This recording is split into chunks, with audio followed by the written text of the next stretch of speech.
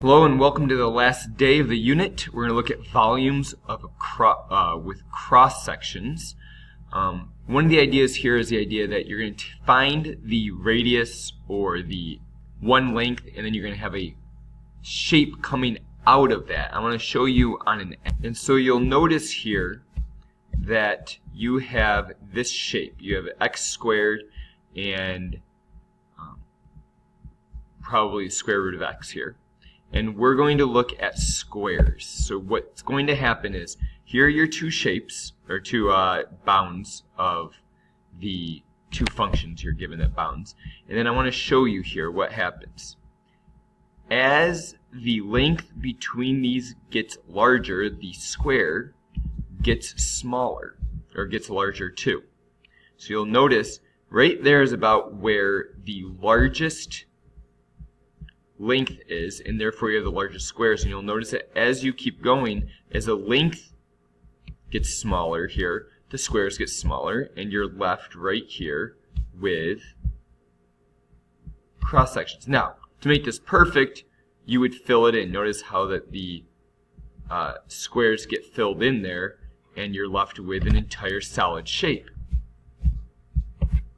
Now what happens is you can have different shapes. You can have equilateral triangles.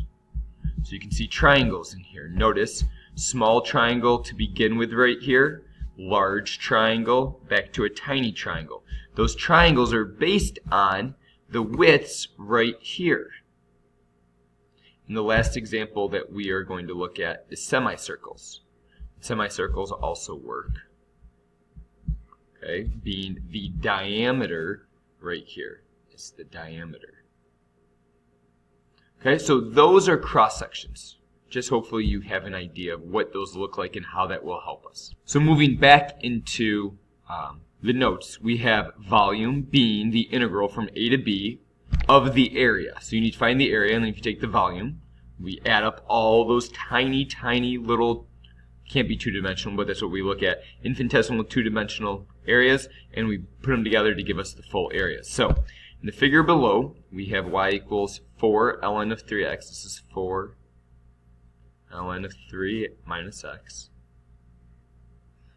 And it's bounded by the horizontal line y equals 6 and x equals 2.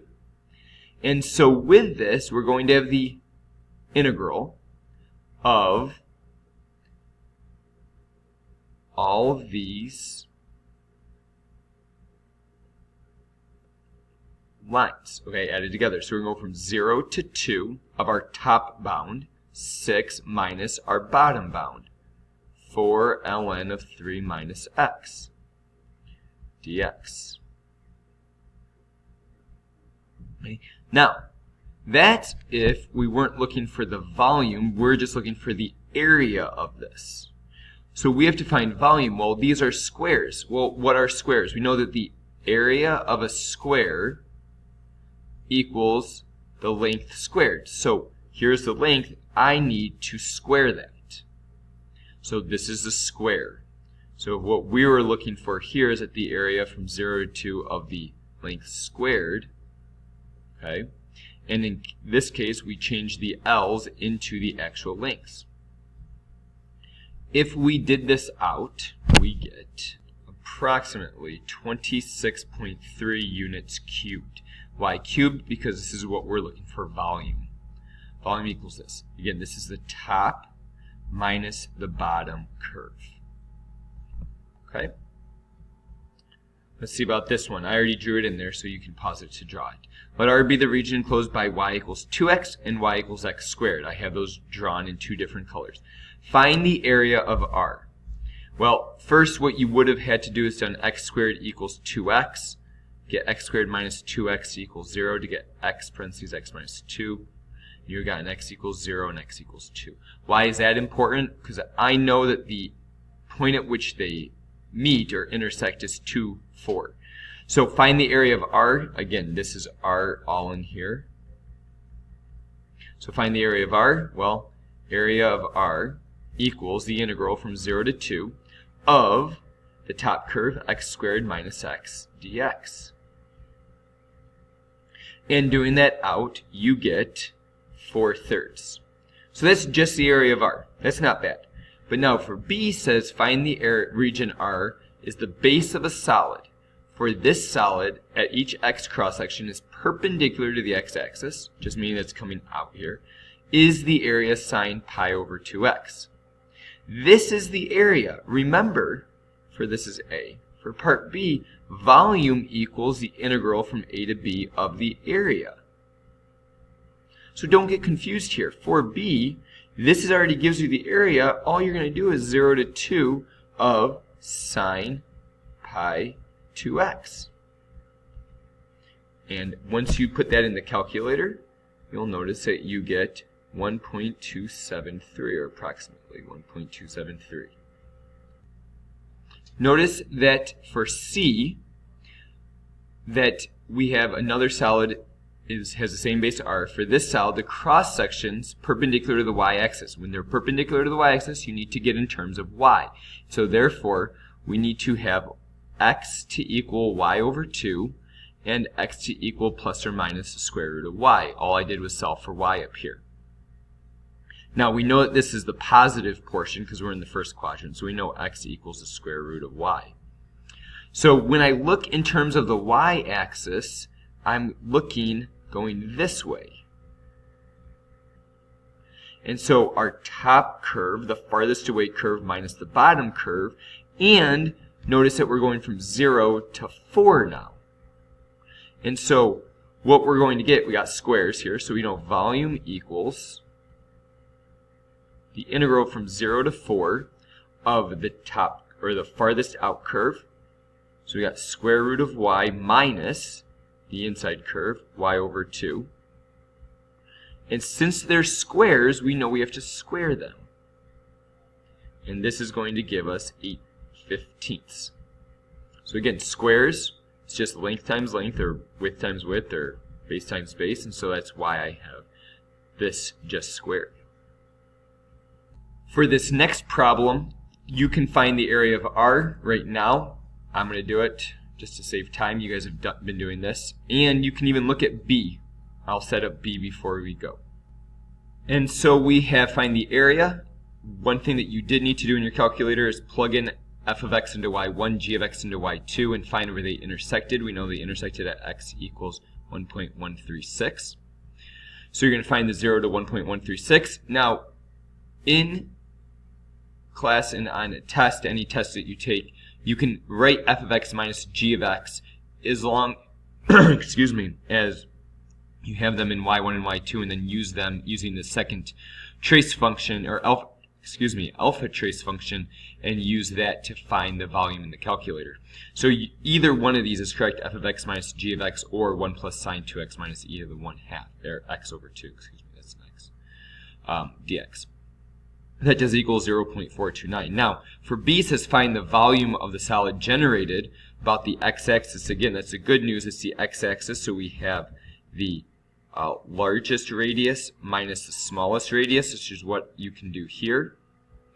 And we know that the a to b is 1.136 of f of x squared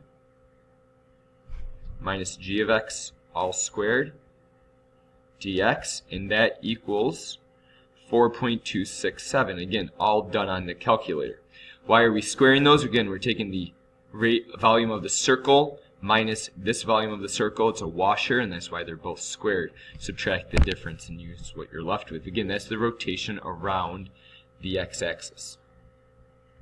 For C, what this lesson's about is that we're going to do the solid, the cross-sections perpendicular to the x-axis, so we're in terms of x, which is good, are the semicircles with the diameters extending from f of x to g of x. So right here, these are the diameters. It's exactly what we saw at the beginning. These are the diameters. And so therefore, how do you find the radius? Well, it's the diameter divided by 2. And so we are going to state the volume equals the integral of pi r squared dx from a to b. Well, we know that the pi can come out in front, and we know the radius. We know that the radius is this top curve minus the bottom curve divided by 2. And so what we can do is just state that that equals pi times the integral of 0 to 1.136 of f of x minus g of x divided by 2 all squared. This is your radius all squared, dx. Well, we know that something squared is 4, so I can bring out a pi over 4.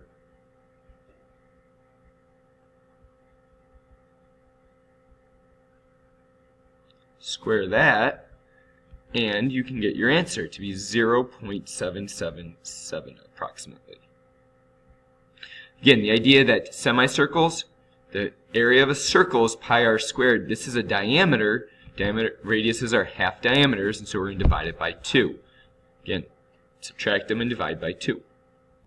And so the second question I already have drawn for you. Please read it. I'm going to move a little quickly here. It says find the area of region R, and the area of region R is right here. And you'll notice that the mistake that most people are going to make on this is the fact that if you try to go from 0 to 6 here, you're going to have two different curves. So therefore it's easier where you see 0 to 2 to look instead of going horizontal way from 0 to 2 here. And so I'm going to pause it. I'm going to do it out using y, and then we'll move on. And I solve for x here, got in terms of y, and there you go. Top, farthest away, minus closest. Region R is the base of a solid from 0 to 2, where the cross-section of the solid is taken perpendicular to the y-axis. So again, we're in terms of y. Whose a rectangle. Notice I already have a rectangle base times height, whose height is 2y. So if I know this is 2y, the base of this is the y squared minus the 6 minus x. And so I'm going to take the integral from 0 to 2 of the base 6 minus x minus y squared, all multiplied by 2y dy. And that will approximately give me 32 over 3.